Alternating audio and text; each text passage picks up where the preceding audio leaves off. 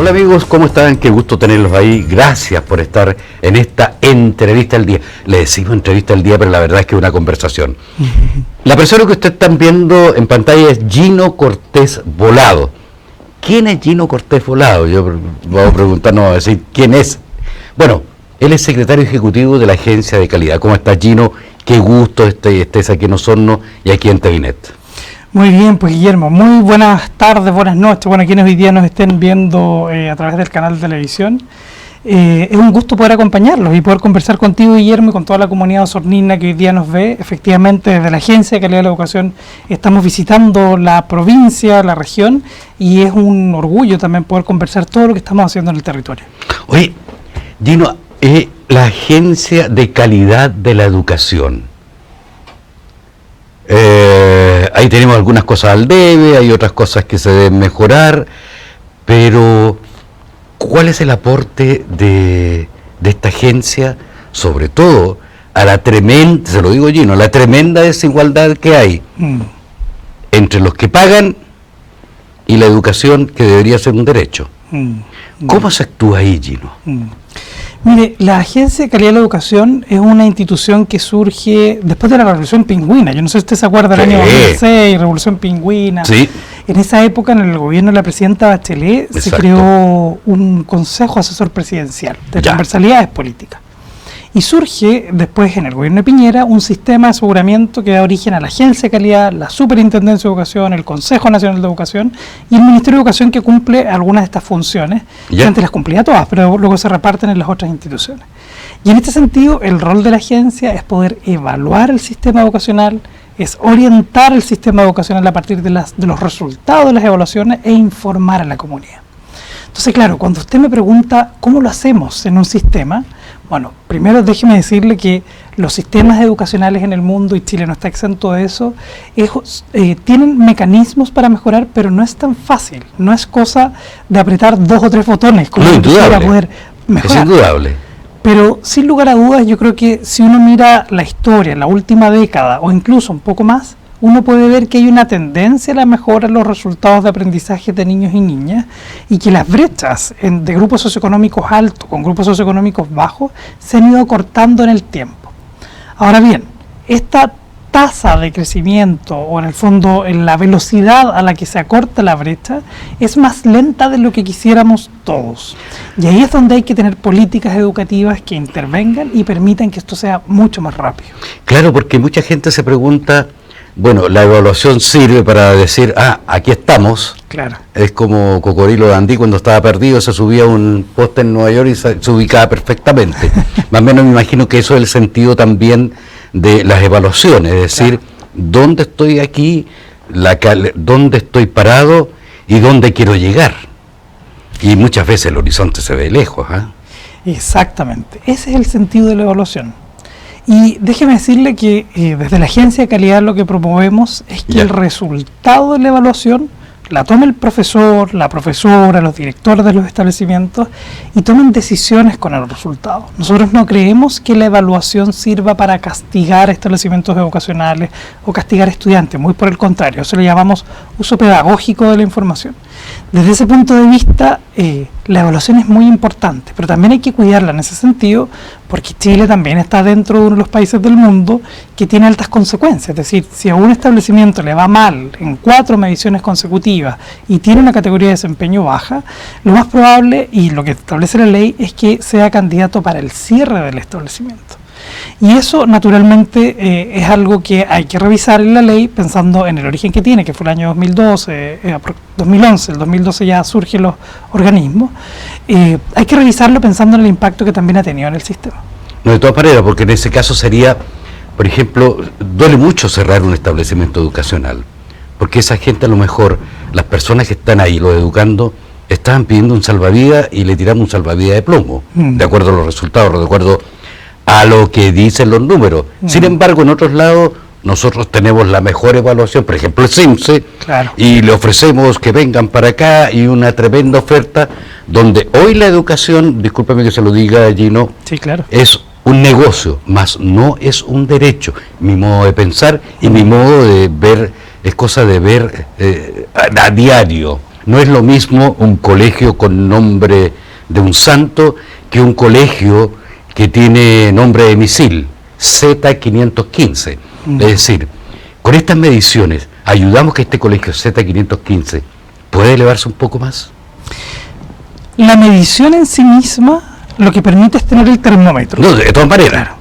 Lo que más moviliza el resultado de un establecimiento, ya sea el Z, como usted le llama, el misil, o el establecimiento con nombre de obispo, dijo, no, de un nombre de un santo. Un santo bonito, ya. Independiente de eso, lo importante no es solo el resultado, lo importante es lo que hacen con ese resultado. Por ejemplo, lo mismo pasa en un curso. Si un profesor aplica una prueba y luego de la prueba hay un estudiante que obtiene una nota 4,5, lo importante no es la nota del estudiante, sino qué hago después para lograr que ese estudiante que tenía 4,5 idealmente alcance el 7. ¿Qué le faltó por aprender? Esa es la pregunta que hay que hacerse. Ya. Entonces, eso que lo estamos viendo en una sala de clase, hay que llevarlo también a nivel de escuela, a nivel de comuna, de región. Extrapolar Exactamente, cómo se interviene. Entonces, desde ese punto de vista, claro, tenemos un sistema con resultados distintos según los grupos socioeconómicos. Pero también déjeme decirle que, y esto es lo que probablemente poco transmitimos, y me hago responsable en eso, Chile, dentro de los países de América Latina y el Caribe, es el que tiene los mejores resultados. Me imagino los otros. Está en el ranking de los mejores. ¿Y eso qué quiere decir? Que también hay decisiones de política pública que se han tomado en el tiempo que ha llevado a que también Chile tenga esta posición dentro de la medición internacional. Y estoy hablando de la prueba PISA en particular.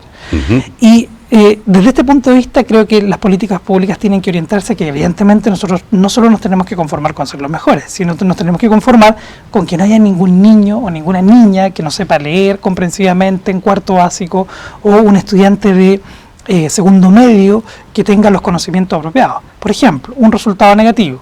En matemáticas, más del 50% de los niños de segundo medio está en una categoría que llamamos insuficiente. ¿Qué significa esto? Que no alcanza los contenidos, no demuestra saber los contenidos mínimos que se requieren para ese nivel. Y eso es una preocupación que tiene que ser una preocupación de todos los niveles, pero también del Estado. Oye, pero el profesor más odiado, el de matemáticas, chuta, matemáticas, claro.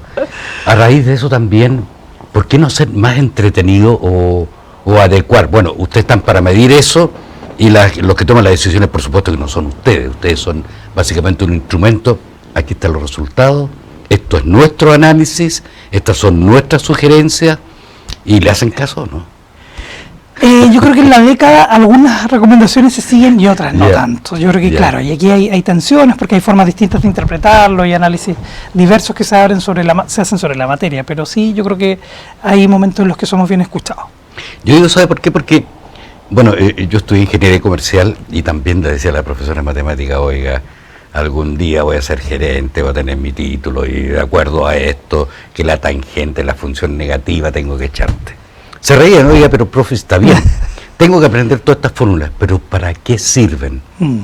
¿Los jóvenes saben para qué sirven las matemáticas? Yo creo que por ahí podría partir la pregunta, según su análisis. Sí. ¿Sería eso? Mire, le hicimos una encuesta a cerca de 2 millones de estudiantes, de segundo básico hasta cuarto medio el año pasado, preguntándoles cómo se imaginaba la educación del futuro, cómo se imaginaban las clases. Pensando en que la inteligencia artificial es una revolución industrial, o sea, está transformando fuertemente nuestro sistema, no solo educativo, el sistema en general. Y por eso hablamos de una revolución industrial pensando en los efectos que tuvo la revolución industrial en su época. Sí, claro. Y desde ese punto de vista, ¿sabe qué? Nos sorprendió la respuesta de los estudiantes. ¿Ah, sí? Sí, porque pensamos todos, en la Agencia de Calidad y un grupo de expertos importantes del Congreso Futuro, que lo que más fuertemente iba a salir era precisamente esto, como ser más experto en inteligencia artificial, ser más experto en mecanismos predictivos, en tecnología, y no. En primer lugar, la respuesta que sale más fuerte de los estudiantes es la preocupación por la salud mental. Entonces, cuando les preguntamos qué es lo que ellos, cómo se imaginan la educación del futuro, se la imaginan con un buen sistema que tenga una mejor salud mental para niños y niñas. Esa es su primera preocupación. Ahora, esta medición igual fue un poco pospandémica, puede estar un poco teñida por esa condición, pero es llamativo porque fíjese que en quinto lugar aparece la preocupación por el uso de la tecnología. Entonces, hoy día, los que somos más viejitos, estamos probablemente más preocupados de la influencia de la tecnología, porque para los niños de hoy, para los adolescentes, es parte de su vida. Es natural. Es natural. Entonces, claro, ahí se produce una diferencia etaria. Y un segundo dato que también nos llama fuertemente la atención es acerca del uso de la tecnología. Porque no es lo mismo tener el celular para ver redes sociales que a lo mejor tenerlo con un sentido pedagógico. Y ahí hemos encontrado una diferencia. Los establecimientos que usan la tecnología o los celulares con un uso pedagógico tienden a tener 10 puntos más en el CIMSE que aquellos establecimientos que no usan el celular con uso pedagógico, con un fin pedagógico. Y tenemos otra evidencia, que más del 60% de los estudiantes dice que se distrae con el uso del celular de un compañero, de otro, y que se distrae, por lo tanto no aprende. Entonces, ¿afecta su aprendizaje? Sí, pero también promueve mayores aprendizajes si tiene un fin pedagógico, también. Por supuesto, o sea, hay que hacer la conjunción perfecta para que esto funcione. Exactamente. ¿Y estará esa conjunción perfecta? En algunos establecimientos educacionales yo creo que lo han logrado. Ya. Nosotros creemos, desde la Agencia de Calidad y en general el Ministerio de Educación también lo ha dicho, que la solución no pasa por prohibir el uso de la tecnología, sino que más bien regular el uso según su rango etario, es decir, exacto, a los niños, y aquí a todos los papás que nos están viendo, los niños pequeños no tienen que usar aparatos móviles. Me refiero por niños pequeños a menores de 5 años, 6 años, incluso 7 años. Luego, de los 8 años en adelante, según la etapa en la que vienen, hay minutos de uso de tecnología, pero con fin pedagógico.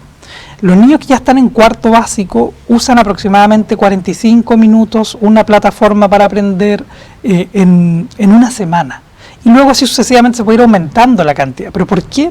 Porque ya está muy demostrado que el uso abusivo de la tecnología perjudica el desarrollo cognitivo y el desarrollo neuronal de niños y niñas, claro, y los sobreestimula. Entonces, y además se encierran en sí mismos, en ensimismamiento, no comparten ni nada de eso. Efectivamente. Oye, qué interesante también, uno no está contra los avances, sino, a ver, yo no soy esclavo de la tecnología, pero sí la tecnología tiene que estar para mi uso, no para que la tecnología me use.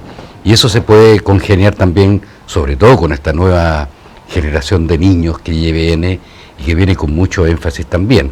Ahora, ¿cuánto nos falta para lograr una equidad, por lo menos en la educación? ¿Hay que cambiar políticas públicas? Mire, es una pregunta... Si lo comprometo, mejor no conteste nada. Es una pregunta muy interesante. Yo creo que todos los sistemas educacionales del mundo, por lo menos los sistemas más responsables, se hacen, y en buena hora que nos hagamos esta pregunta. Pero viene de la mano de la afirmación de que no es fácil cambiar un sistema educacional, y no es fácil, porque la pregunta que usted me hace, si bien la entiendo, es cómo logramos que los niños de grupos socioeconómicos bajos tengan tan altos resultados o aprendan lo mismo que los que están en grupos socioeconómicos altos, ¿sí? Y no es fácil porque precisamente tienen que haber políticas educativas que se enfoquen, y así ha sido durante las últimas décadas, hay políticas públicas focalizadas que han dado buenos resultados y han tenido impacto. Sí, claro. Y aquí déjeme también hacer un comentario que lo he hecho en distintos lugares, por lo tanto no siento que sea tan impropio, pero también es muy importante que estas políticas públicas sean estables y que permanezcan a través de los gobiernos. Porque una de las claves que nos han mostrado todos los sistemas educativos que han mejorado en el tiempo es precisamente la estabilidad. Y para que haya una política pública que sea estable, tiene que haber acuerdo. Y para que haya acuerdo, tiene que haber paz social. Entonces la pregunta más bien que nos tenemos que hacer es si en nuestro país hoy día se cumplen esas 3 condiciones que acabo de mencionar a fin de decidirnos y de coincidir en el fondo en la creación de políticas públicas que vayan en esa dirección. Puede ser un efecto en la educación porque el problema es otro. El problema es otro y que se afecta a la educación, por supuesto. Claro. Qué bueno que lo tengamos claro. Claro. Ahora, que se dejen de pelear en Valparaíso y arreglamos el cuento. Digo yo, ¿no? Sí, o sea, es complejo. Es muy complejo, no, es un tema muy complejo. Sí. Es muy... No quiero estar en sus zapatos, bueno, porque usted tiene que rendir esto y dar esto, ¿cómo se llama? Esta es la solución o posibles soluciones, porque este es el problema, esta es la brecha, hay que aplicar algunas técnicas acá, es complicado eso, ¿eh? Es complejo, y también fíjese que falta por, o sea, pasa, más que falta, pasa por tener distintas generaciones o grupos de, en este caso, no sé, profesores, directivos, que también puedan implementar estrategias en estos distintos niveles. Los resultados del CIMSE, en general de las pruebas estandarizadas en el mundo, el resultado alto está fuertemente determinado por el grupo socioeconómico al que pertenece. Por eso es que los resultados del CIMSE, los profesores podrán ver en la página, cuando le entregamos los resultados, le decimos su resultado CIMSE está por sobre, no sé, 20 puntos el grupo socioeconómico al que pertenece, para que haga una comparación real, en el sentido de, me comparo con mi igual, entonces estoy mejor, estoy peor. No es lo mismo compararse con alguien que esté en un grupo socioeconómico más bajo. Es más difícil educar en contextos de vulnerabilidad, no sé, en fin, en La Pintana es distinto a educar en otra comuna que tenga mayores ingresos. En San Juan de la Costa, en lugares donde los niños tienen que... la lluvia, acá el invierno es, pero la lluvia, el frío, es muy distinto. Claro. Pero sí hay política de... Sí. Pero ahí déjeme decirle que, y este es el mensaje más esperanzador, en el sentido de que es distinto, pero en Chile contamos con las capacidades de los profesionales para que estos resultados sean distintos. O sea, en Chile se puede mejorar, y lo han demostrado unidades educativas, lo han demostrado fundaciones que apoyan, en fin, hay una variedad de ejemplos en Chile en donde sí podemos decir que se puede educar en contexto de vulnerabilidad y se puede mejorar. Pero hay una clave que se llama estabilidad, y para que tengan estabilidad se necesita paz social. Valparaíso, no peleen más ni preocúpense. Oiga, Gino, los tiempos de televisión, créame que son draconianos en este aspecto. Podríamos seguir conversando mucho más. Bueno, en una próxima visita que usted tenga acá en Osorno, quizás podamos conversar mucho más, porque es muy interesante el tema, sobre todo la educación. Es decir, la educación todavía no está muerta. No, para nada. Muy por el contrario, creo que podemos dar buenas sorpresas si nos ponemos de acuerdo. Gracias por la invitación, Guillermo. No, a usted muchas gracias, Gino Cortés, por estar con nosotros. Él es secretario ejecutivo de la Agencia de Calidad del Ministerio de Educación. Nosotros, amigos, nos vemos en otra conversación. Chao, que estén bien.